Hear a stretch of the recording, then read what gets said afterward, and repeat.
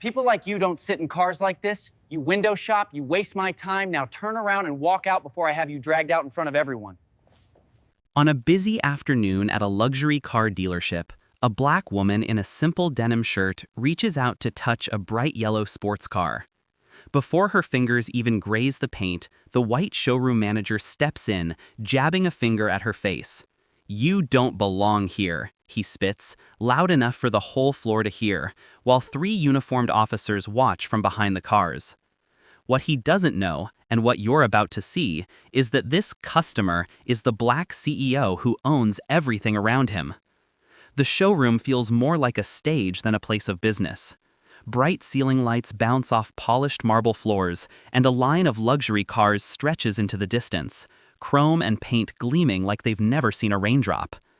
In view of it all is a bright yellow sports car, sitting right under the main spotlight, the kind of car most people only ever see on posters. A black woman in a faded denim shirt stands by the driver's side door, one hand hovering over the mirror as if she's afraid to smudge it. Her natural curls frame her face, and her expression is calm but alert, like someone who's used to reading a room before it reads her.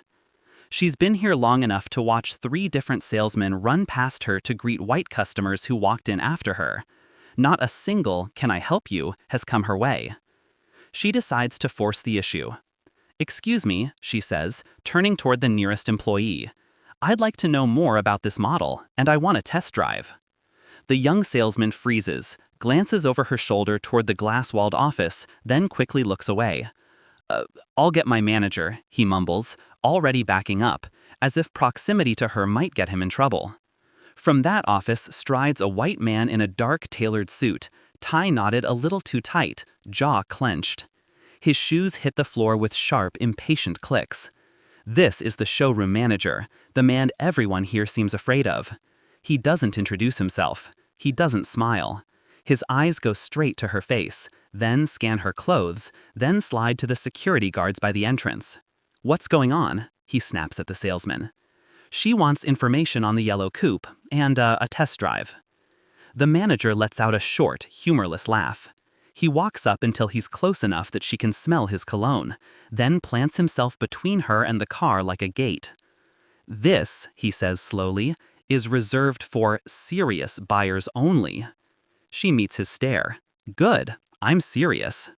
He jabs a finger toward her, the gesture sharp enough to make a couple of nearby customers turn their heads. "You don't belong here," he says, louder now. "People come here with appointments, with proof of funds, not in whatever that is."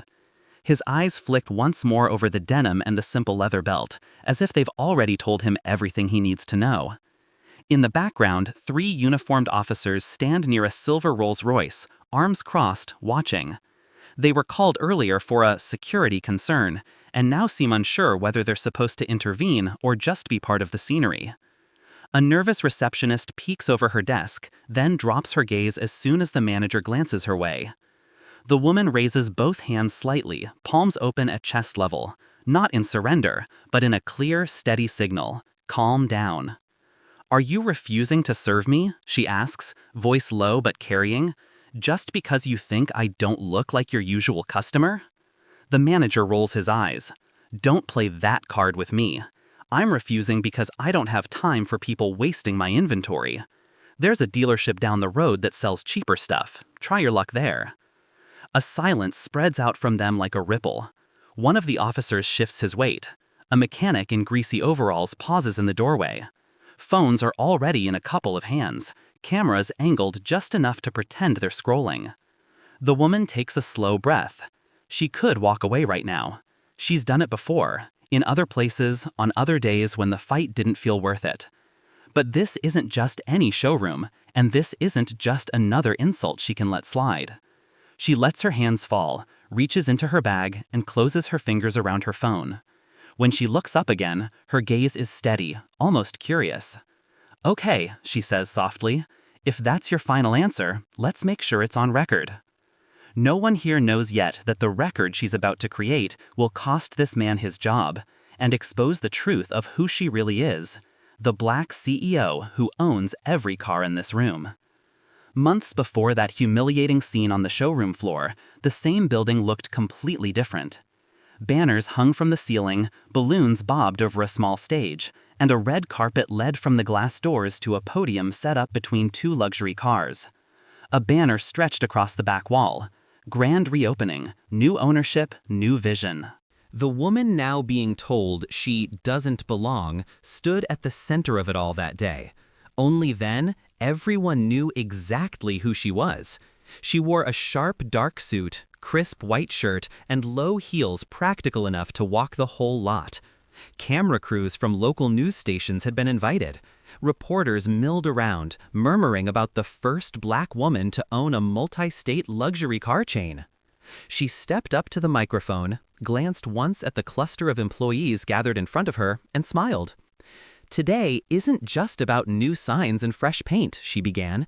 It's about building a place where everyone is treated with dignity, staff, and customers. No more sizing people up by their shoes, their accent, or the color of their skin. If someone walks through those doors, they belong here. The crowd applauded. Some genuinely, some because that's what you do when your new boss is giving a speech. The camera zoomed in as she continued, explaining her vision. Fair pricing, transparent processes, and strict zero-tolerance policies on discrimination. Luxury, she said, isn't just about what you drive away in. It's about how you're treated before you ever touch the keys. Off to the side of the stage, the now infamous showroom manager stood with his arms folded, expression carefully neutral. The previous owners had begged her to keep him. His numbers were good, they said. He brought in whales. He watched her speak with a tight jaw, nodding at the right moments, clapping just late enough for anyone paying attention to hear the reluctance. When the speech ended, she stepped down from the podium to shake hands. A line formed: employees, bankers, city officials. When it was his turn, the manager took her hand and squeezed a little too firmly. "Impressive speech," he said, smiling without warmth. "I've run this showroom for years. My clients expect a certain standard. I hope your changes don't scare them off." She held his gaze, matching his grip. "If our standard has ever been making people feel small, then yes, it's going to change," she replied. "I'm counting on managers like you to lead that shift." He chuckled, a sound that didn't reach his eyes. Of course, whatever corporate needs. Over the next few weeks, her team sent out updated policy manuals. There were mandatory trainings about bias, clear instructions on how to greet every customer, new systems to track complaints. At headquarters, the reports that came back from most locations looked promising. Higher satisfaction scores, better reviews, more repeat business. But the flagship store, the one with the yellow sports car, kept sending mixed signals. On paper, everything looked fine. Sales were strong, inventory moved, high-end clients still came through the door. Yet, buried in online reviews and social media posts were warning signs. A young black couple claimed they'd been left waiting nearly an hour while employees swarmed around other customers. An older black man wrote that a salesman told him a particular model was probably out of your budget before he'd said a word about price. When those reviews crossed her desk, she didn't just skim them. She read every line, highlighting phrases, forwarding them to her regional director with questions. Why is this happening here? Who was working that day? How did the manager handle it? The responses she got back were vague. Misunderstanding. Customer was overly sensitive. Already addressed. One evening, after everyone else had gone home, she sat alone in her office, scrolling through yet another complaint from that same location. The pattern was too clear to ignore. She leaned back in her chair and stared at the ceiling. If they're not following the policy when they know I'm watching, she thought, what are they doing when they think I'm not? That was the night she decided. No email, no warning, no entourage. She would walk through those glass doors like any other customer. Simple close, no title, no introduction. She wanted to see their real culture, not the version written in the handbook. She had no idea that decision would lead her back to the yellow car, the pointed finger, the 3 silent officers, and the manager bold enough to tell the owner of the building that she didn't belong in it. On paper, the dealership looked like a success story. The walls were lined with framed awards, top regional sales, highest revenue per vehicle, elite customer experience. Most of them dated from before the acquisition, but a few had the new company logo in the corner, proof that the numbers were still strong even under the new black CEO. To anyone glancing at those plaques, it seemed obvious. Whatever the manager was doing, it was working.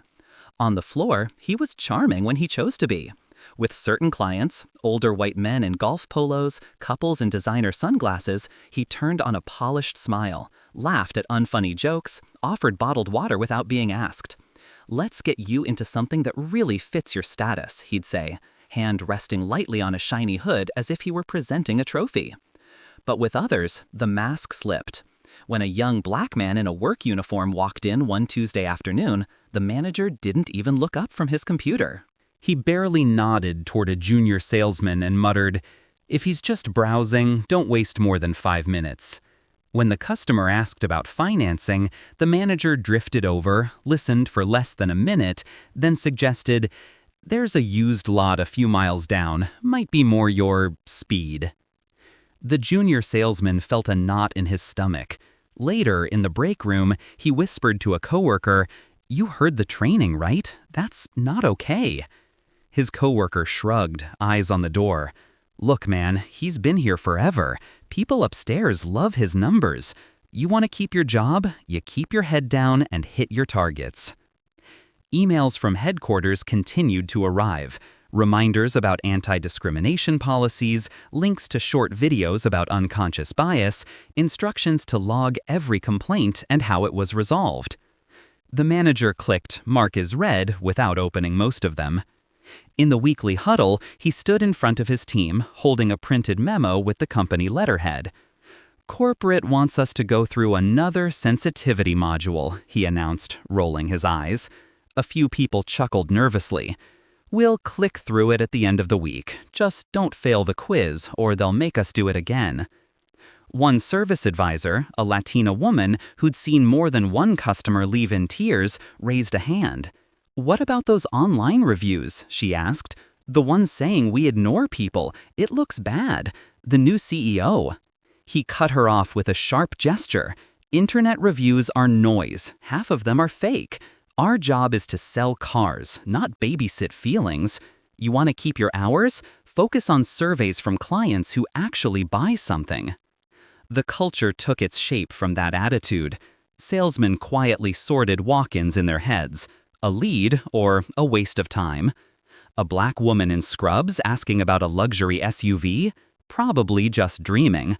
A white man in casual clothes saying he owned a construction company? Worth a full tour and a test drive.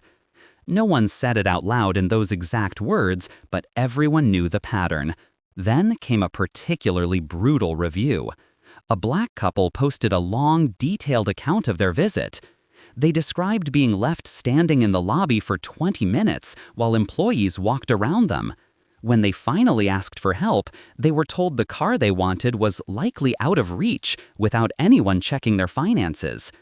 The review named the dealership, mentioned the banner for "New Ownership, New Vision," and ended with a sharp line. "If this is the new vision, the CEO needs to open her eyes." At headquarters, the black CEO did exactly that. She printed the review and circled that last sentence in red ink. Attached to it were internal reports from the same dealership, all claiming no notable incidents. Someone was lying, or at best, looking away. When she forwarded the screenshot to the regional director, the reply came back too fast, too polished. "We spoke to the manager. He says the customers misunderstood. Staff confirms there was no discrimination. No details, no apology, no plan." Back at the dealership, the manager called a quick meeting in his office after he got the heads up. "We had a little exaggeration online," he said, leaning against his desk. "If anyone from corporate asks, we treated that couple like any other walk-in. Don't make this bigger than it is."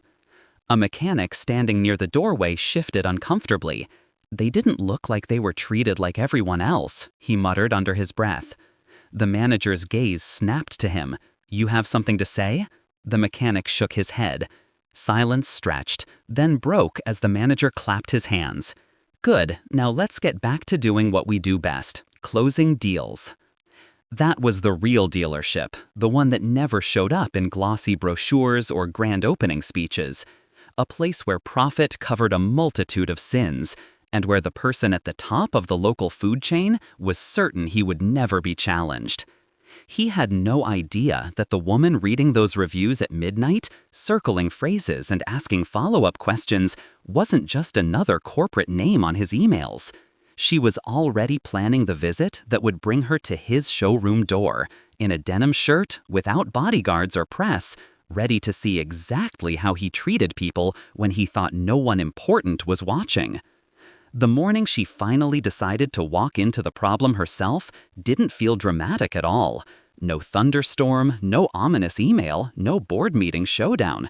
Just a quiet kitchen, a mug of coffee cooling on the counter, and her laptop open to the same negative review she'd already read 10 times.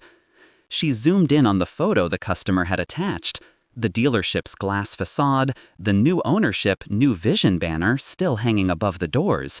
That slogan had been her line, her promise. Underneath, the caption stung.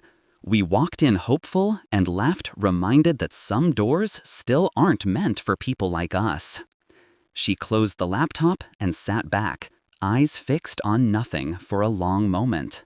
She'd fought too hard to get here, to be dismissed by banks, to be second-guessed in meetings, to be the only black woman at a table full of men who assumed she was someone's assistant. She hadn't clawed her way to become a black CEO just to let her own buildings become places where people like her felt unwelcome. Her phone buzzed. It was her chief of staff. "Morning, you saw the latest follow-up from Regional?" "I did," she said. "They're still calling it a misunderstanding." There was a pause. "What do you want to do?" She looked at her reflection in the microwave door. Silk blouse, blazer draped on the back of a chair, the kind of outfit that made people stand up straighter when she walked into a room. Today, she needed the opposite. "I'm going down there," she said, unannounced, as a customer. "Do you want me to call ahead? At least alert?" "No." Her voice was firm. "If they know I'm coming, they'll perform. I don't need a show. I need the truth." She gave a few quick instructions. If she called from an unknown number, pick up immediately. If she sent a certain one-word text, loop in legal. No one contacts the dealership until she says so. Her chief of staff hesitated, but agreed. This wasn't the first time the CEO had insisted on seeing reality with her own eyes. In her bedroom, she opened her closet and skipped past the tailored suits and neutral sheath dresses. She reached for the same faded denim shirt she wore on weekend grocery runs and a pair of dark jeans. Comfortable sneakers instead of heels. She slipped her watch into a drawer, tucked her corporate ID deep into her bag, and chose a simple crossbody purse she'd had for years. She looked at herself in the mirror. Not powerless, never that, but ordinary. The way the world treated her when it didn't know her titles, her revenue numbers, her seat on panels and boards. That was the version of herself she was bringing to the showroom. On the drive over, she turned off the radio and let the silence fill the car. The closer she got, the more the building on the horizon felt like a test she hadn't studied for. Not because she didn't know the answers, but because she wasn't sure how ugly the questions would turn out to be. She parked a block away instead of in the reserved owner's spot at the side entrance. Approaching on foot felt important. She wanted to pass through the same front doors everyone else did, feel the way the air shifted as the sensors triggered, hear the scripted greeting, or notice the lack of one. When the glass doors swung open ahead of her, a gust of conditioned air rolled out, cool and scented with something vaguely expensive. A couple in neatly pressed golf attire walked in just before her. Within seconds, two salesmen peeled away from their desks and descended on them with bright smiles and open gestures. "Welcome in. What brings you folks by today?" No one said a word to the woman who followed a few steps behind. She slowed her pace, giving them time. Maybe they just hadn't seen her yet. She moved toward a row of SUVs, fingers trailing a safe distance above the polished metal, eyes scanning the spec sheets. A receptionist at the front desk glanced up, met her gaze for half a second, then dropped her eyes to her computer screen as if remembering a reason to be busy. A full minute passed, then 3. The couple in golf clothes were already seated at a desk with bottled water, laughing with their salesmen. She remained alone among hundreds of thousands of dollars worth of inventory, invisible in plain sight. She cleared her throat and approached a young salesman who had just finished printing paperwork. "Hi," she said politely. "Could someone tell me more about that yellow coupe over there? I'm interested in a test drive." He stiffened. There it was again, that quick darting glance toward the glass office at the center of the showroom. His expression didn't say, "I can't help you." It said, "I'm not allowed to help you without him." I'll get my manager," he muttered, clutching the papers to his chest like a shield. As he hurried away, she turned toward the car in question. Under the bright overhead spotlight, the yellow paint almost glowed. The car was positioned like a trophy at the center of the room, something the dealership wanted people to see but not necessarily touch. She walked around it slowly, reading every line on the spec sheet, feeling more than a few pairs of eyes on her back. In the reflection of the car's window, she saw him approaching. The manager in the dark suit, stride brisk, annoyance already etched into his face. Behind him, through the office glass, she caught a glimpse of a phone being set down, a security guard nodding, and a uniformed officer shifting position near the entrance. Before he even opened his mouth, she knew exactly what kind of welcome was coming. The manager stopped a few feet short of her, as if there were an invisible line on the floor she wasn't allowed to cross. Up close, he looked exactly like he had in the internal photos she'd seen. Sharp suit, close-cropped hair, expression set permanently to impatient. "Can I help you with something?" he asked, tone making it clear he thought the answer was no. She turned from the yellow coupe and faced him fully. "Yes," she said, "I'm interested in this model. I'd like to see the numbers and schedule a test drive." He didn't look at the car. He looked at her shoes, at her denim shirt, at the simple crossbody bag. The silence stretched just long enough to send its own message. Behind him, she noticed one of the officers straighten, watching the exchange like a referee waiting to see if there'd be a foul. "This vehicle," the manager said finally, fingers brushing the edge of the spec sheet, "isn't for browsing. It's reserved for serious buyers, by appointment only." She kept her voice even. "I didn't see anything about appointments on the website. It said walk-ins welcome." "That's for standard inventory," he shot back. "High-end models are handled differently." She nodded slowly. "Okay, then let's handle it. I'm here. I'm interested. You're the manager. Sounds like all the ingredients you need." A couple passing by slowed down just enough to eavesdrop. One of the junior salesmen hovered at the edge of the conversation, eyes bouncing between them and the officers. The receptionist pretended to arrange brochures, her hands shaking slightly. The manager's smile appeared and vanished in a second, more like a twitch than a gesture of goodwill. "Ma'am, I'm trying to be polite. This car is 7 figures fully loaded. We don't toss the keys to everyone who walks in off the street. There's a dealership down the road with some very nice entry-level options. Might be more appropriate." There it was, the word he didn't say but made sure she heard anyway. Appropriate. She drew in a breath. "You haven't asked me anything about my budget. You haven't asked what I drive now. You haven't even asked my name. You took one look at me and decided I don't qualify to touch the door handle." He gave a short, hard laugh. "Don't make this into something it's not. I have policies to follow." "Show me the policy," she said. "Show me where it says you refuse to speak to customers wearing denim or customers who don't look like the ones on your brochure." His jaw tightened. He didn't reach for any handbook. Instead, he turned slightly, raising his voice just enough for the officers to hear. "Gentlemen," he called out, "we've got a situation developing. This guest has been asked to leave our premium display area and is refusing to cooperate." One of the officers walked closer, hands resting lightly on his belt. "Ma'am," he said carefully, "is there a problem here?" She didn't take her eyes off the manager. "I came in to ask about a car. I haven't raised my voice. I haven't touched anything. I'm being told to leave because he decided I don't belong near his expensive inventory." The officer glanced between them, clearly aware that whatever this was, it was now happening on a stage.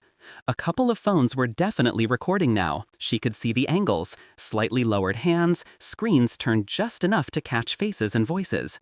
The manager shifted his stance, irritation flaring. "Look," he said to the officer, "we reserve the right to refuse service. I'm exercising that right. She can shop elsewhere. I've got real clients to take care of." Something in the way he said real lit a spark in the pit of her stomach. She felt heat rise up her neck but forced it back down. Rage was what he expected. It was what he wanted, so he could point and say, "See, she's the problem." "Let me ask you one more time," she said quietly, each word measured. "Are you refusing service to me specifically, right here, right now, in front of your staff and these officers?" He spread his hands as if the answer were obvious. "I'm refusing to waste my time. You're not our target demographic. That cart is not for you." The words slipped out too fast, too raw to be anything but honest. For a moment, no one moved. Even the murmur of the showroom seemed to dim. A mechanic in the far bay stopped mid-step. The junior salesman who'd first spoken to her looked like he might be sick. The officer shifted his weight again. "Sir," he said slowly, "maybe we can de-escalate." "It's fine," she interrupted, still staring at the manager. Her voice had cooled into something sharper than anger. She reached into her bag, not with a jerk but with deliberate, visible care, knowing exactly how every eye in the room would track the motion. Her fingers closed around her phone. When she pulled it out, she tapped the screen, and the quiet chime of a recording app clicked on cut through the tension. "Since you're so confident," she said, holding the phone at chest level, its camera aimed squarely at his face, "you won't mind repeating that last part, on the record." For a split second, the manager just stared at the glowing phone screen, thrown off by the fact that she hadn't raised her voice, hadn't backed away. She'd simply started documenting. "Are you serious?" he scoffed, glancing around as if expecting backup. "You can't film in here. This is private property." "Then call whoever you need to call," she replied, "but we're not going to pretend this conversation didn't happen."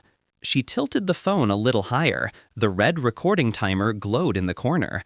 Behind him, the junior salesman took an almost imperceptible step back, like he didn't want to end up in the frame. The manager's face flushed. His professional mask cracked just enough for everyone to see the irritation underneath. "Fine," he said, leaning in, voice hard. "Let's make it simple for your little video." He straightened his jacket, turned slightly so he was squarely in front of her camera, and spoke slowly, as though addressing a child. "You were informed that this vehicle is reserved for serious, pre-qualified buyers. You were asked to leave the premium area. You are refusing to comply. That's it." She didn't blink. "That's not it. You told me I don't belong here. You said I'm not your target demographic. You refused to even ask my name. That's what this is about." A murmur rippled through the room. One of the officers cleared his throat, clearly uncomfortable with how explicit this had become. The manager shot him a warning look that said, "Stay in your lane." He pivoted back to her. "You can twist my words however you want," he snapped, "but let's stop pretending you're a victim. You came in here looking for trouble. People like you always do." The phrase hung in the air. People like you. The officer's jaw tightened. A couple near the entrance exchanged a look, then very obviously turned their phones to record too. The manager noticed and raised his volume, trying to seize control of the narrative before it slipped all the way out of his hands.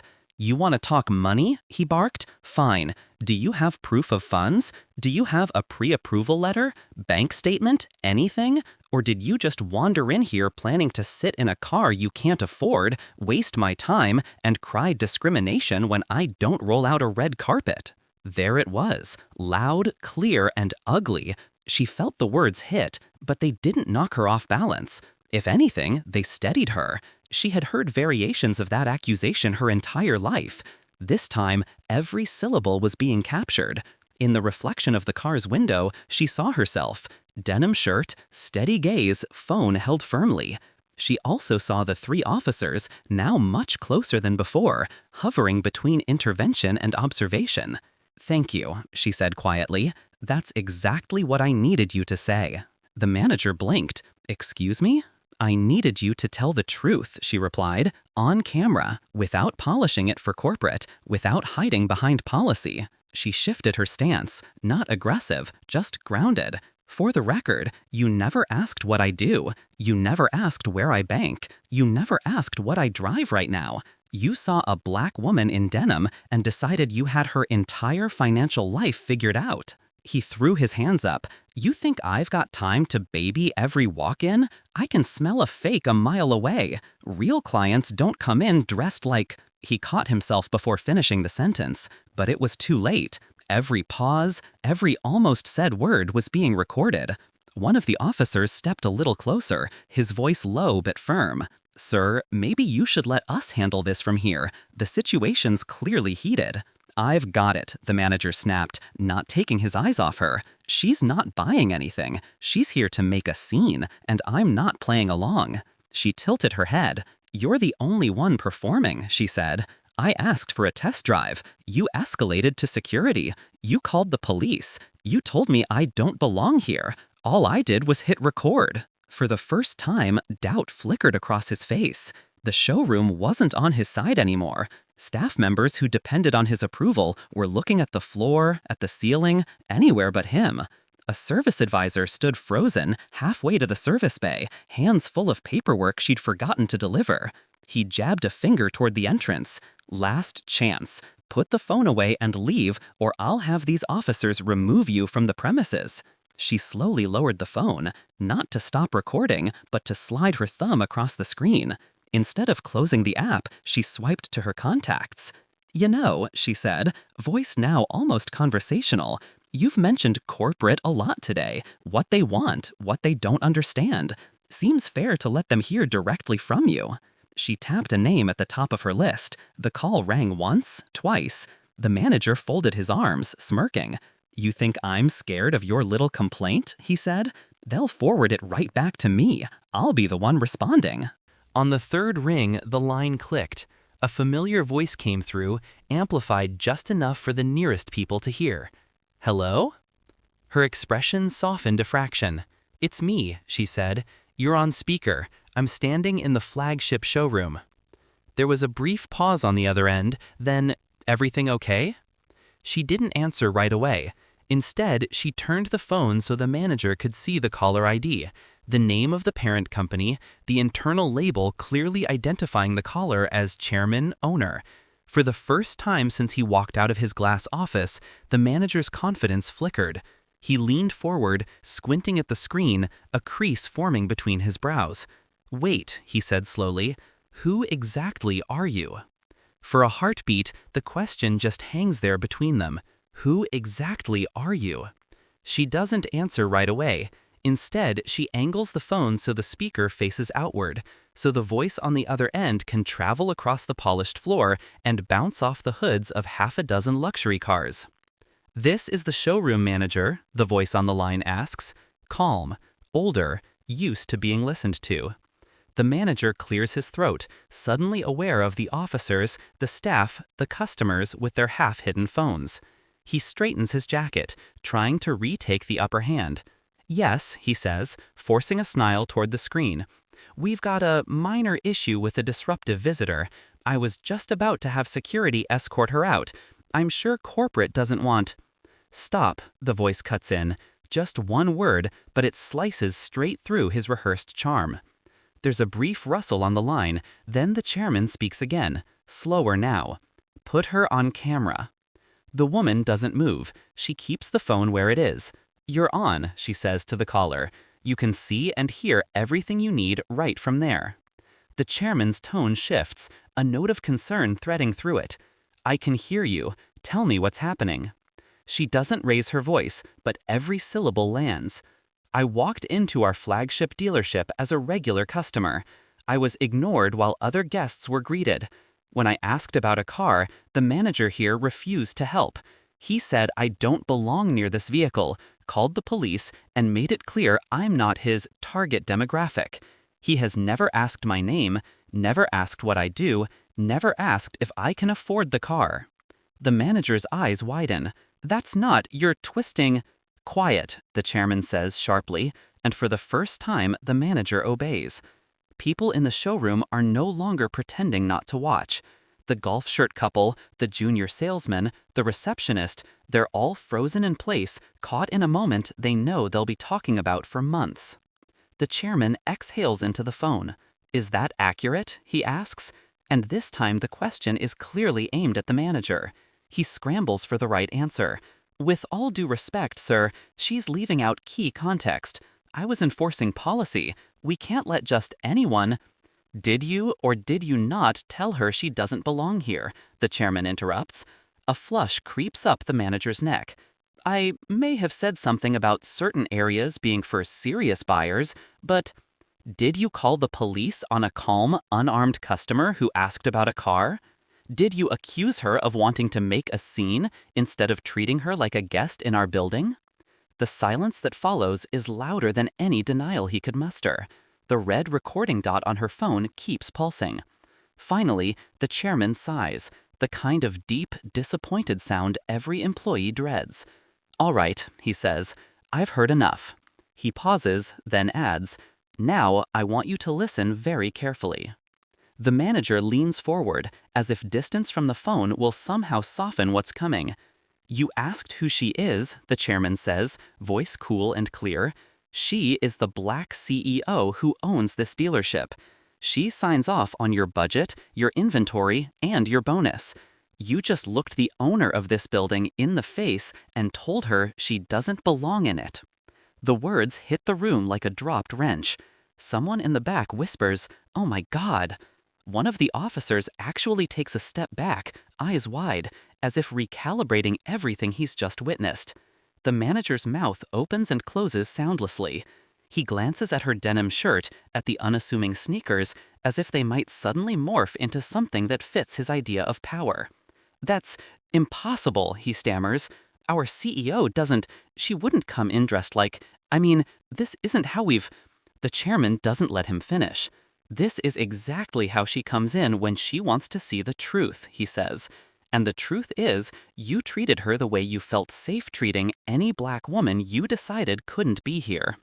The manager's gaze ricochets between the phone, the officers, and the small crowd now gathered at a safe distance.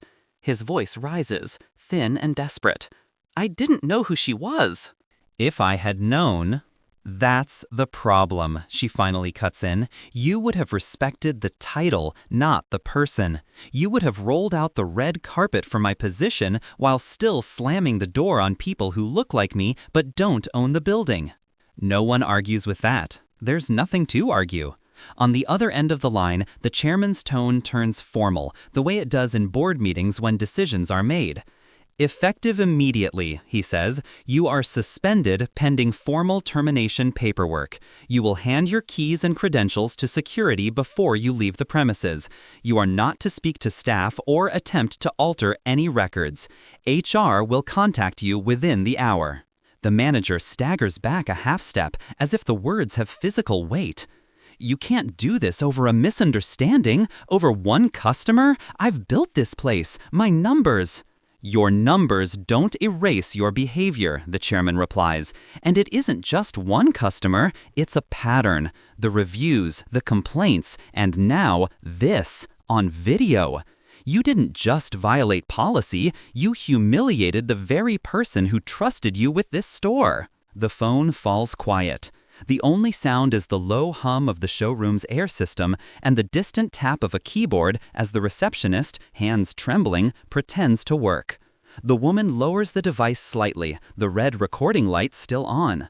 The power in the room has shifted. She hasn't raised her voice once, but the man who tried to throw her out of her own dealership is now standing there, pale and breathless, in front of his entire staff, waiting to be escorted out. The manager's protest dies out in his throat. One of the officers steps in, not rough, but definite. "Sir," the officer says, "you heard the directive. I'm going to need your access card and keys." For years, the manager has been the one giving orders in this room, telling people where to stand, who to greet, which customers were worth the effort. Now, in front of the same audience, he's the one being handled. His hand shakes as he reaches into his pocket and pulls out his key fob and ID badge. "This is ridiculous," he mutters. "You're all overreacting. I've brought millions through this door. Ask anyone. Ask—" He looks around, searching for eye contact, for some loyal nod, some "he's right" to cling to. No one steps forward. The junior salesman stares at the floor. The service advisor folds her arms, lips pressed tight. The receptionist's eyes glisten, but she doesn't say a word. The officer takes the badge and keys, slips them into a small evidence bag, and seals it with a quiet click. That tiny sound feels louder than any shouting that came before. "You can gather any personal items from your office," the officer says evenly. "Security will walk with you. After that, we'll ask you to leave the premises." The manager spins toward the woman he tried to throw out. "You're making a mistake," he says, voice rising again. "You think this is about feelings, but when your numbers drop and your new vision scares real buyers away, don't come crawling back to—" She doesn't flinch. "I'd rather lose a few clients who need bigotry to feel important," she replies, "than keep a culture that tells black customers they don't belong in a building I own." The words land with a quiet finality. There's nothing he can say that doesn't make him smaller. Security arrives. No wrestling, no shouting, just a firm presence at his elbows. As they guide him toward the glass office, he throws a last glare over his shoulder at the staff. "Enjoy it while it lasts," he snaps. "Let's see how far your black CEO takes you when she realizes who really kept this place afloat." No one answers. The door to his office closes behind him, then reopens minutes later. He emerges with a single cardboard box, the universal symbol of a career ending badly. A framed top sales plaque sticks out of the top, its gold trim catching the showroom lights one last time. The walk from the office to the exit is short, but it feels like a mile. Every step is a reminder that this is no longer his kingdom. The officers keep a respectful distance, but they escort him all the way to the glass doors. He hesitates for a fraction of a second, as if expecting someone to call him back. No one does. The doors whisper shut behind him. Through the glass, he's just another figure in the parking lot, swallowed by daylight. Inside, the room holds its breath. The woman, no longer just an anonymous customer, but visibly the black CEO, turns the phone screen back toward herself and taps to end the call with the chairman. The recording app is still running. She hits stop. A small notification pops up, video saved. She slips the phone into her bag and lets the silence sit for a moment. She wants them to feel it, not fear, but the sudden absence of the person who made fear a part of their workday. One of the officers clears his throat. "Ma'am," he says carefully, "for what it's worth, you were calm the whole time." We saw the whole interaction. He glances around the showroom. "If you need a written report, we can provide one." She nods once. "Thank you. I appreciate your professionalism." They give small, respectful nods in return, then step back, shifting from potential enforcers to witnesses.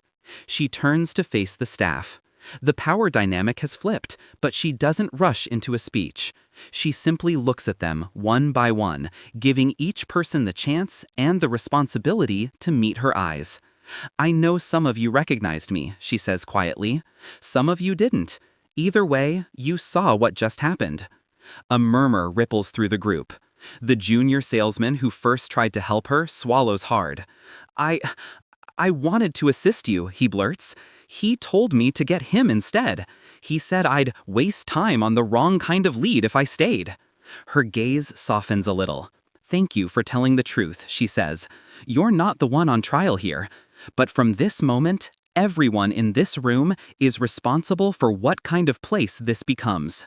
The service advisor steps forward a half step, gathering her courage. "Those reviews you read at headquarters, they were real," she says. "We complained. We tried to say something. Every time, he told us we were overreacting or that corporate only cared about numbers." She glances at the officers, then back at the CEO. "I'm sorry you had to experience it yourself for anyone to listen." The CEO nods slowly. "I wish I hadn't had to," she admits, "but I'm glad there's no more pretending." She looks past them, toward the yellow car under the spotlight. The same car that had been treated like a shrine only certain people were allowed near. Now it's just a vehicle again, expensive metal on wheels, stripped of the power someone tried to wrap around it. "We're not going to sweep this under the rug," she says. "There will be a formal investigation. HR will be here. Policies are going to be enforced, not just emailed. Some of you will be asked hard questions about what you saw and what you stayed silent about. Her tone stays steady, not vengeful, but resolute. If you choose to stay with this company, you will help build a different kind of showroom, where no one is told they don't belong because of how they look. Not a single black CEO, not a single black customer, not anyone. A weight lifts, even as a new kind of tension settles in. The era of looking away is over. The dealers, advisors, and receptionists understand this isn't just one manager's bad day. It's a turning point. She takes a step toward the yellow coupe, finally closing the small, invisible gap the manager tried so hard to enforce. Her hand rests lightly on the mirror. For today, she says, almost to herself, but loud enough for them to hear, we're done selling cars. She turns back to the staff. We're going to start fixing this place instead. The video leaves the showroom long before she does. It starts with a shaky vertical frame from the junior salesman's phone, the yellow coupe gleaming in the background, the manager's finger stabbing the air, his voice cutting through the low hum of the showroom. You don't belong here, he barks. The clip catches the officers in the background, the staff looking away, the woman in the denim shirt standing very still. Then it jumps, cut together by some anonymous hand with free editing software and a lot of emotion, to the moment his mouth forms the words, "People like you always do." The camera shakes slightly, as if the person holding it can't believe what they're hearing. The audio is raw, unpolished, honest. The third beat of the video is the reveal. The manager still hasn't realized who she is when the chairman's voice comes through the speaker. The caption appears at the bottom, added later, "She is the black CEO who owns this dealership."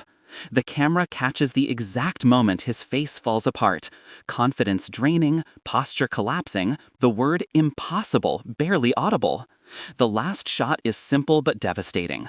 The once untouchable manager walking out with a cardboard box, escorted by security, while the woman he tried to expel stands by the yellow car, hand resting calmly on the mirror.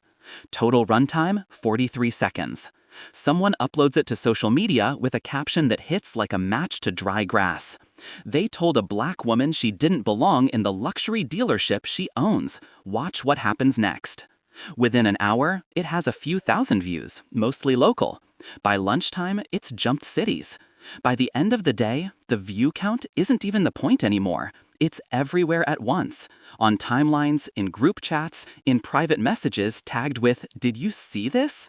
The comments come in fast and furious. This is why we record everything. She stayed so calm, I'm actually shaking for her. You're not our target demographic. Say it with your whole chest, racist. The fact that she had to be the black CEO to get justice is wild. What about the rest of us? People start sharing their own stories. A nurse who'd been told the luxury package was probably not for your income bracket. A teacher whose questions were ignored until her white husband walked in. An older black man who writes, "I bought my first Mercedes cash and the salesman still asked if I was just browsing for fun." News outlets pick it up. At first, it's local stations, slotting the story into the viral video segment between weather and sports. Then national platforms start calling it what it is, a case study in everyday racism colliding with unexpected power. On one talk show, a host plays the clip in slow motion, pausing on the manager's words. "Listen to how comfortable he is," the host says. "This is someone who has never been told no by anyone above him, not once, until this." PR teams scramble. At headquarters, the company's media inbox floods with interview requests. Economists want to talk about buying power and bias. Civil rights advocates want to talk about policy versus culture. One outlet wants to build a whole segment around the hashtag that has sprung up overnight, #YouBelongHere. Her own team drafts a statement, careful and polished, a condemnation of discrimination, a reaffirmation of zero tolerance, a promise of a full internal review. Before they release it, they send it to her for approval. She reads it twice, then rewrites the first paragraph herself. "We failed," her version begins, blunt and unvarnished. In a building that bears our name, a black customer, who also happens to be our black CEO, was humiliated and told she didn't belong. That doesn't just violate our policy, it violates the reason this company exists. There will be accountability, not just for one person, but for the culture that allowed this to feel normal. When the statement goes live, it's shared almost as widely as the video. Not everyone believes corporations can change, but many people recognize something different in the tone. No legal dodging, no if anyone was offended. She names the harm plainly. The clip keeps being remixed. Someone overlays subtitles in multiple languages. Someone else adds a quiet piano track underneath, timing the notes to the moment she says, "You would have respected the title, not the person." A popular commentator stitches the video with his own message. If this is how they treat a CEO, imagine how they treat the rest of us when the cameras aren't rolling. Inside the dealership, staff watch themselves on their phones in the break room, faces pale. The junior salesman sees his own bowed head in the background of the clip and feels his stomach twist. The service advisor hears the manager's words loop for the 100th time and whispers, "We should have pushed back sooner." For the CEO, the virality is a double-edged sword. The video proves what she already knew, but it also raises a new question, echoed in countless comments beneath the clip. If she hadn't been the black CEO, would anyone have cared? In the days after the clip exploded, her calendar stopped belonging to her. Back-to-back calls, media requests, emails from strangers, from old classmates, from distant cousins who hadn't texted in years. Some messages were pure praise, some were raw anger, some were quiet confessions from people who had swallowed the same humiliation and never gotten to say, "Actually, I own this place." On the surface, the company moved quickly. The manager's termination was formalized within 48 hours. An internal memo went out to all locations, referencing a serious breach of our values, reminding everyone of the anti-discrimination policy, warning that similar behavior will result in immediate dismissal. It looked decisive, it was meant to, but the black CEO knew better than anyone. Firing one man didn't fix a system. In a glass-walled conference room at headquarters, she sat at the head of a long table with her legal team, HR director, communications chief, and a couple of regional managers who now looked distinctly more nervous than they had at the last quarterly review. A paused frame from the viral video sat frozen on the screen at the far end of the room. The manager's finger was mid-jab, his mouth twisted around the word belong. "Okay," she said, folding her hands, "we've dealt with him. Now we need to deal with us." The HR director shifted in her chair. "We can roll out another mandatory training," she offered. "More robust this time, longer modules, scenario-based examples. We can require yearly refreshers instead of every 2 years." The CEO shook her head. "Training is a tool," she said, "not a shield. We already had policies. We already had videos. He clicked through them and did this anyway. The problem isn't that people don't know the rules, it's that they don't believe there will be consequences." The general counsel nodded slowly. "We could expand our complaint channels," he suggested. "Anonymous reporting, third-party hotline, direct access to corporate for staff and customers." "Good," she said, "do it. But we're not stopping there." She picked up a printed stack of social media comments, pages of them, highlighted and underlined. "Read these," she said, sliding them forward. "Not the ones talking about me, the ones talking about their own experiences. This isn't just our dealership. This is every bank, every showroom, every front desk that decides you don't look like money, so I don't see you." Her voice stayed calm, but the room felt the weight behind it. "What I experienced went viral because I was the black CEO," she continued, "because there was a twist, a reveal, a gotcha ending. But most people who get treated like that, there's no camera, no chairman on speakerphone, no satisfying box walk to the parking lot." She let that settle. "So here's what we're going to do," she said. "We're not just going to patch a PR hole, we're going to build something that doesn't depend on a hidden CEO test to work." They spent hours refining it, but the outline came from her. First, an independent audit of every location, secret shoppers of different races, ages, clothing styles, income levels, no advance notice, no friendly faces, real customers, real data. Second, a new performance metric, not just volume and revenue, but equity. How quickly are different customers greeted? Who gets offered test drives? Who gets steered toward cheaper options without being asked? The numbers would be tracked and tied directly to bonuses. Third, a code-named program she scribbled on the whiteboard in thick marker. Dignity. Call it whatever we want publicly, she said, but this is the heart of it. We're not selling cars, we're selling how people are treated while they're still deciding if they even want to buy from us. The initiative would include visible signage in every showroom. You belong here, all of you. It would create a direct channel for customers to report discrimination straight to corporate, bypassing local managers entirely. It would empower staff to challenge biased behavior up the chain without ruining their careers. Will it fix everything? The communications chief asked quietly when the meeting finally broke. There's a lot of skepticism out there. She thought of the comments under the video, the ones that cut past the cheering to the core. I'm happy for her, one woman had written, but I'm tired of needing a plot twist to get justice. No, the CEO said softly, it won't fix everything, but it will give people something they almost never get in places like this. What's that? He asked. A fair shot, she answered, with or without a title. That night, she sat at her kitchen table again, laptop open, the viral video paused on a frame of herself in the denim shirt. She watched her own face for a moment, the way her jaw tightened when he said, people like you. She thought of all the times she'd swallowed that same sentence in different words and chosen to walk away. She hit play and let the clip run to the end, the finger, the officers, the reveal, the walkout.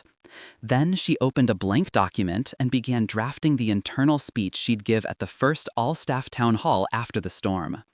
She wasn't planning to stand up there as the triumphant CEO who taught a racist a lesson.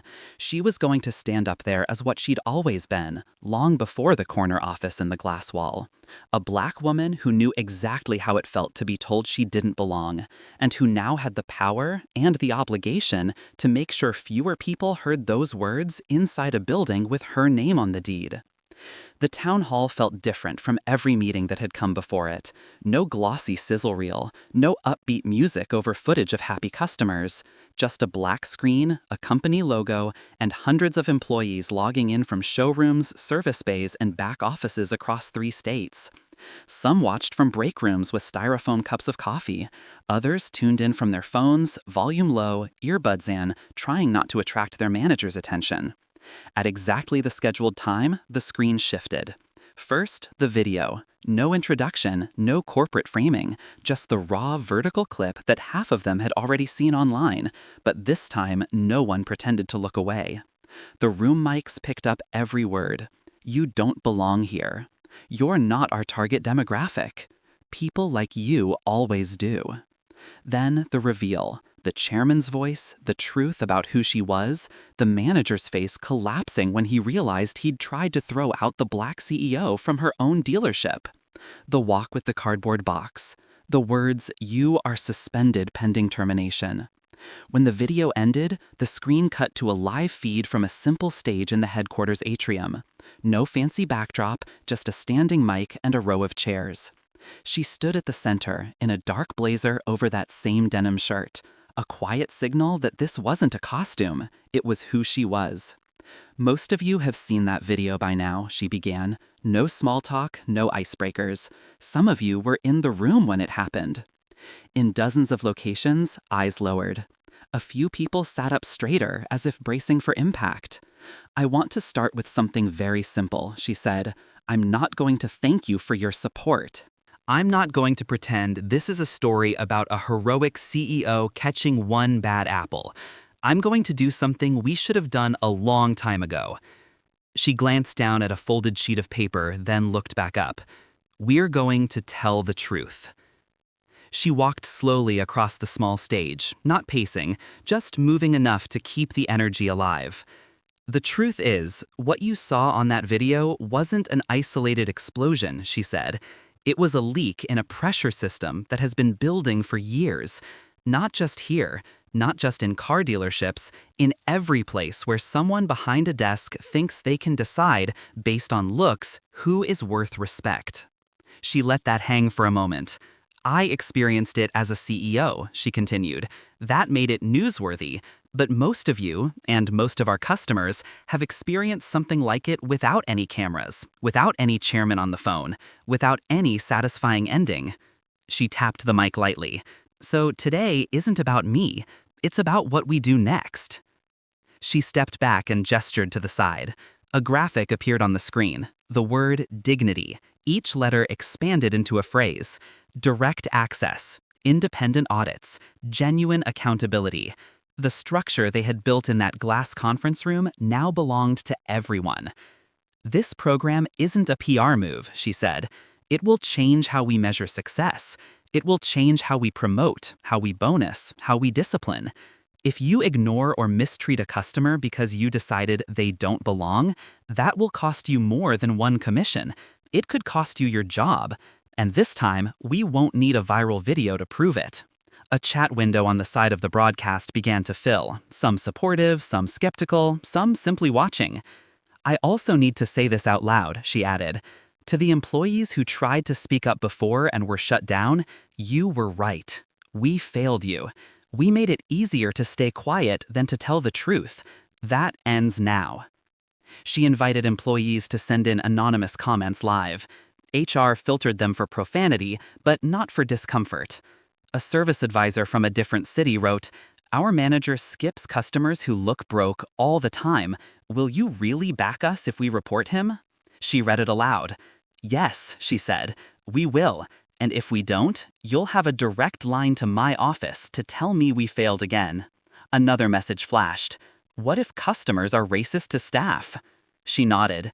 "Dignity goes both ways," she replied. "You deserve protection too. If someone walks in here and thinks they can spit on you, call you names, treat you like less because of your accent, your skin tone, your job title, we will stand behind you when you say, 'Not in this building.'" She spoke for nearly an hour, about policies, yes, but also about lived experience, about being followed around a store as a teenager, about sitting in bank offices where loan officers assumed she was there to translate for someone else, about the gap between the script everyone memorizes, "Welcome in, how can I help you today?" and the decisions they make with their eyes before a single word is spoken. Somewhere around the 40-minute mark, she paused, steadying herself on the sides of the podium for just a second. "I need you to understand something," she said quietly. "That day in the showroom, I didn't feel powerful. I felt tired. Tired of having to prove I belong in rooms I built. Tired of asking for the bare minimum, to be treated like a customer instead of a problem to remove." She looked straight into the camera. "I can't promise we'll get it perfect," she said, "but I can promise this. If anyone in this company tells a customer or a colleague that they don't belong because of who they are, they will not have a future here. Not on my watch, not in a place I own." In break rooms and service bays, people shifted. Some cynical walls cracked just a little. A few eyes watered. A mechanic with grease on his hands whispered to the screen, "Finally." The chat pinged one last time, with a simple message, anonymous but bold. If that's really the future, then maybe I do belong here after all. The changes didn't arrive with a drumroll. There was no magical day when every bias dissolved and every customer was treated like royalty. Real change leaked in slowly, like light through a crack in a door that had been closed for too long. 2 months after the town hall, the flagship dealership looked almost the same to any casual passerby. Same glass facade, same gleaming lineup out front, same banner listing awards. But if you stepped close enough to read the new sign just inside the entrance, you'd see the first quiet difference. It hung at eye level, printed in simple black letters on a white background. "You belong here." No purchase required, no title required, no exceptions. Beneath it, in smaller print, "If you feel you've been treated unfairly, scan this code to contact headquarters directly. Your message goes straight to corporate, not local management." Some customers barely glanced at it. Others stopped, read it twice, and took a picture. The staff had changed too. Not all new faces, but a new posture. The junior salesman who once hung back during the confrontation had a different way of moving now. When a customer walked in, he didn't scan clothes and shoes to decide whether to greet them. He stepped forward first and let the questions sort themselves out later. The new showroom manager, a black woman with years of experience in another branch, stood by the glass office with the door slightly open, listening more than she talked. She'd been clear from day one. We're measured on numbers and on equity. If you hit your sales targets while treating people like they're beneath you, you will not last here. I don't care how good your closing rate is. On a Saturday afternoon, the dealership had one of its first real tests. A black mother walked in with her teenage son and younger daughter. No golf clothes, no designer sunglasses, just a neatly pressed blouse, worn jeans, and the determined look of someone who had done the math 3 times before deciding she could make this work. The boy's eyes went straight to the yellow coupe under the spotlight. "Whoa," he breathed, slowing his steps. His sister tugged on his sleeve. "That's the one from the video," she whispered. "Look, the floor is the same. The lights, that's where she was standing." Their mother gave them a look. "We're not here to film anything," she murmured. "We're here to see if they treat us right. If they don't, we walk." She had seen the clip more times than she cared to admit, replayed it on tired evenings when she needed to remember she wasn't crazy for feeling what she felt in stores, at counters, in waiting rooms. She hadn't come for a stunt. She'd come because she needed a reliable SUV to get to her night shifts and still pick the kids up from school. And because a part of her wanted to see if the words on the sign were just ink or something more. Before she could take 2 full steps into the showroom, a salesman approached her with an open smile. Not too wide, not forced. "Welcome in," he said. "Thanks for stopping by. What brings you folks in today?" She blinked, caught slightly off guard by being addressed first. "We're looking at SUVs," she said slowly. "Something safe, good on gas, I'm not sure yet." "Perfect place to start," he replied. "We've got a couple of models that might fit. What kind of driving do you do most? City, highway, bit of both?" As he listened, really listened, the teen son drifted toward the yellow car. He hovered at a respectful distance, reading the spec sheet like it was a page out of a comic book. "Hey," a voice said gently beside him. The new manager had walked over. He tensed for a second, expecting the same quiet hostility he'd felt in other stores. Instead, she nodded at the coupe. "Beautiful, isn't it? I remember the first time I saw one," she said. "Felt like something out of a movie." He laughed, surprised. "Yeah, I know, we're not, getting that." She shrugged. "Maybe not today," she said, "but you're welcome to look. That's what the showroom is for. You want me to answer any questions about it while your mom's checking out the SUVs?" He looked at her, trying to figure out if this was some kind of test. It didn't feel like one. It felt like normal, the way he'd watched other kids be treated in places where he felt invisible. Back at the entrance, the mother noticed the new sign on the wall. She read the words, then the small print about contacting corporate. Quietly, she took out her phone and snapped a picture. The salesman didn't flinch. "That's our dignity notice," he explained. "If anything ever feels off, you can tell our headquarters directly. It doesn't go through me, it doesn't go through my boss, it goes over all of our heads." "Does anyone use it?" she asked. He nodded. "Yeah," he said simply. "And when they do, things happen. People lose jobs, policies get changed. It's not just a poster." She studied his face, measuring the sincerity in his eyes. "Why now?" she asked. "Why this?" He hesitated, then decided to be honest. "Because someone higher up walked into a dealership like a regular customer and got treated like she shouldn't exist in the room," he said. And instead of just being mad for herself as a black CEO, she decided that if this could happen to her, it's probably been happening to a lot of people who don't have a title to pull out of their pocket. The mother exhaled slowly. She hadn't expected that answer. "So," he continued, "we're trying to do it differently. We won't always get it right, but if we get it wrong with you today, I want you to tell someone. Don't just leave angry. Let us fix it, or be held accountable for it." For the first time that afternoon, her shoulders dropped a fraction of an inch. She nodded. "All right," she said. "Show me what you've got, and don't talk down to me like I don't know how a loan works." He grinned. "Deal. You tell me what you need, I'll tell you what's real, and we'll see if we can meet in the middle." Across town that evening, the black CEO sat at her desk, reading the latest report from the independent auditors. It wasn't perfect. There were still gaps. Stores where certain customers waited longer, where bias showed up in small, insidious ways. But the needle had moved. In more and more locations, there was no measurable difference in how quickly people were greeted, how often they were offered a test drive, how they were spoken to. It was data, but it felt like something almost sacred. Proof that a place built on transactions could learn to honor something beyond the numbers. She closed the report and opened a message from the flagship store, a short note from the new manager, accompanied by a photo. In it, a woman stood beside a mid-size SUV, 2 kids flanking her, all 3 smiling with that particular mix of pride and disbelief that comes from signing for something big. On the wall behind them, just visible over the boy's shoulder, was the simple sign, "You belong here." Underneath the picture, the manager had written, "She told me she almost didn't come in. She'd seen the video and thought, they only respect her because she's the CEO.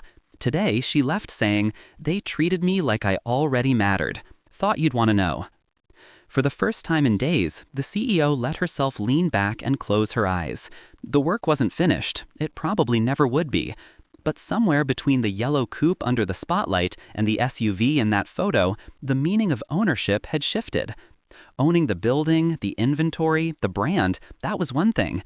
Owning the responsibility to make sure no one else was told they didn't belong in a space with her name on the deed, that was something far rarer. And for the first time since that finger had jabbed the air in front of her face, she felt like maybe, just maybe, they were starting to earn it. Months later, the video had finally stopped trending, but the phrase it carried, "You don't belong here," refused to fade. It had slipped into panel discussions and think pieces, into sermons and classroom debates. Sometimes the clip played behind her on big screens when she was invited to speak. Other times it was only implied, a story everyone in the room already knew by heart. One evening, she found herself in a community center instead of a hotel ballroom. No stage lights, no corporate backdrop. Just folding chairs, fluorescent tubes humming overhead, and a crowd that smelled like real life. Fried food from the kiosk outside, laundry detergent, rain-soaked jackets. The event was small by her team's standards, a local town hall on economic justice hosted by a coalition of black business owners. She hadn't brought a PR crew, just one assistant, a notebook, and the same denim shirt that had seen the inside of that showroom. During the Q&A, an older woman in a floral dress stood up, one hand gripping the back of her chair for balance. "I watched your video," the woman said. Her voice shook, but it wasn't from nerves. It was from something older, deeper. "I watched it 10 times. I cried every single time he realized who you were." A ripple of agreement moved through the room. The CEO nodded, inviting her to go on. "But I also kept thinking," the woman continued, "what about the rest of us? I've been told to leave stores where I was buying school clothes. I've had my card questioned like it didn't belong to me. Nobody ever found out I owned anything. There was no twist. I just went home mad and tired." The room fell quiet. Someone in the back murmured, under their breath. The woman lifted her chin. "So I guess my question is, do you think anything actually changed for people like me? Or did they just learn not to be racist to CEOs on camera?"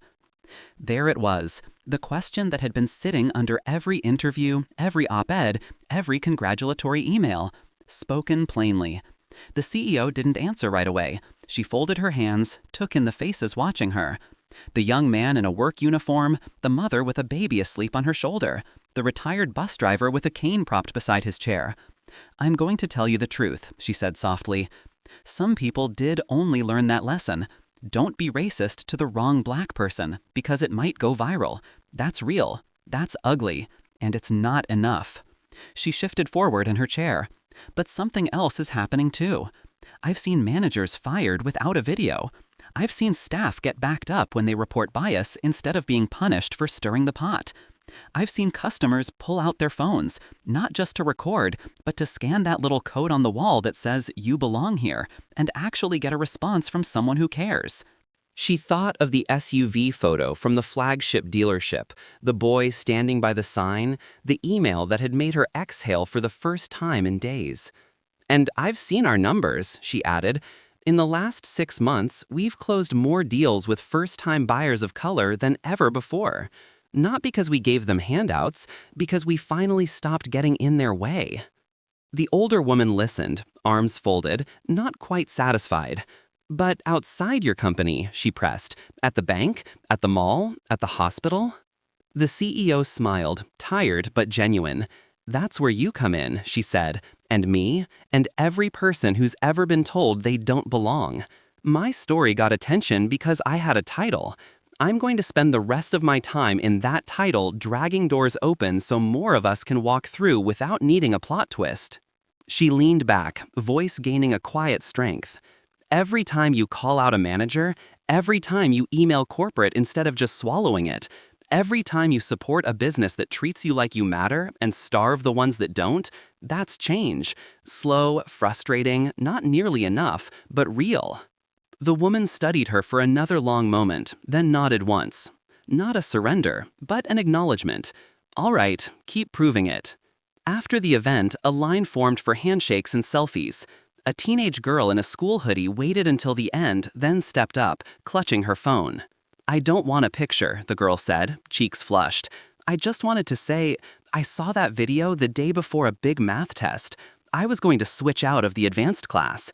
I kept hearing, "You don't belong here," in my head, like that manager was standing in the doorway of my classroom.